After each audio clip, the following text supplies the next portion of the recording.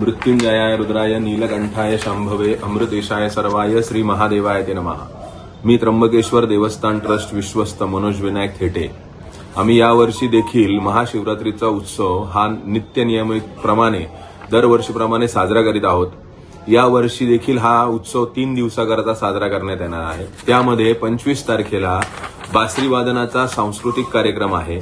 त्याच पद्धतीने 26 तारखेला नटराज अकॅडमी पुणे यांचे कलाकार यांच्या वतीने कथ्थक व भरतनाट्यम याचा कार्यक्रम आहे व तिसऱ्या दिवशी स्थानिक कलाकारांना प्राधान्य म्हणून नटराज अकॅडमी व दीक्षितांची अकॅडमी यांचा देखील कथ्थकाचा कार्यक्रम आमच्याकडे आहे। त्याच अनुषंगाने 26 तारखेला त्र्यंबकराजाची पालखी पूर्ण गाव प्रदक्षिणे करता जाणार आहे। त्या गाव प्रदक्षिणेमध्ये जाण्याकरिता पालखी मार्ग देखील सुसज्ज करण्यात आलेला आहे। अघोर नृत्य देखील त्या पालखी मार्गामध्ये असणार आहे।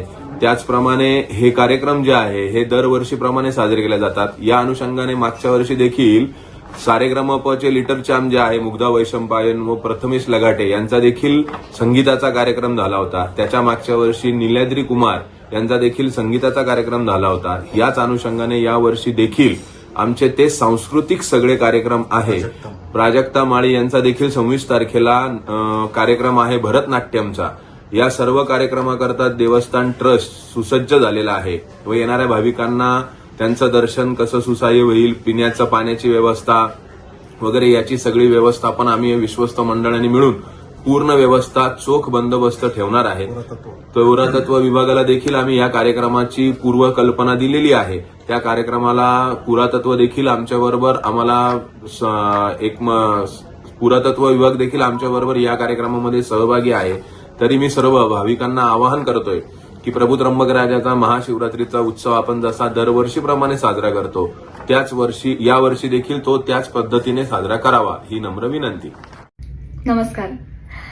यंदाच्या महाशिवरात्रीला काय करावं असा विचार मनात घोळत असतानाच मला त्र्यंबकेश्वर मंदिर ट्रस्टकडून फोन आला की आम्ही दरवर्षी महाशिवरात्री निमित्त मंदिराच्या प्रांगणामध्ये शास्त्रीय उपशास्त्रीय संगीतावर नृत्यावर आधारित महोत्सव आयोजित करत असतो, कार्यक्रम आयोजित करत असतो।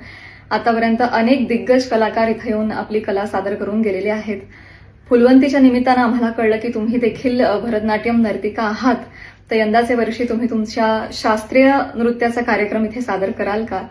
आणि अर्थातच सगळ्या नृत्यकर्मींसाठी नटराज ही नृत्य देवता आहे, आराध्य दैवत आहे। त्यामुळे मी अजिबात वेळ न दवडता त्यांना तात्काळ होकार कळवला। मी इथे आवर्जून नमूद करू इच्छिते की महाशिवरात्री निमित्त होणारा हा कार्यक्रम संपूर्णतः शास्त्रीय उपशास्त्रीय संगीतावर आधारित असलेला नृत्याचा कार्यक्रम आहे। ज्यांना माहिती नसेल त्यांना मी सांगू इच्छिते, मी स्वतः भरतनाट्यम नर्तिका आहे। मी विशारद अलंकार केलेल्या नृत्यातून BA MA केलेला आहे। तर अपुऱ्या माहितीमुळे जर कोणाचा गैरसमज झाला असेल तर त्यांनी त्यांच्या मनातले किंतु परंतु काढून टाकावेत आणि समाजाची दिशाभूल करू नये अशी मी त्यांना विनंती करते। आणि एक गोष्ट आवर्जून नमूद करू इच्छिते की देवाच्या दारामध्ये कोणीही सेलिब्रिटी नसतो, सगळेजण भक्त असतात आणि त्याच भक्तिभावानं मी माझ्या नृत्याच्या माध्यमातून माझी सेवा नटराजा चरणी रुजू करणार आहे, अर्पण करणार आहे। आणि म्हणूनच कार्यक्रमाचं नाव शिवार्पण मस्तू असं आहे। सगळं शिवावर आधारित असा कार्यक्रम आहे। अर्थातच वेळेच्या व्यग्रतेमुळे मी 2च रचना सादर करणार आहेत, बाकीच्या सगळ्या रचना माझे सहकलाकार सादर करतील। मी कार्यक्रमाचं निवेदन करणार आहे। अर्थातच गर्दी आणि चेंगराचेंगरीची भीती असेल तर विश्वस्त आणि पोलीस जो काही निर्णय घेतील तो एक सामाजिक भान बाळगत सगळ्यांवरच तो बंधनकारक असणार आहे आणि तो सगळ्यांनाच मान्य असणार आहे। पण येस, कार्यक्रमाचं स्वरूप शास्त्र नृत्याचं आहे, इथे मी आवर्जून नमूद करू इच्छिते। धन्यवाद। हर हर महादेव।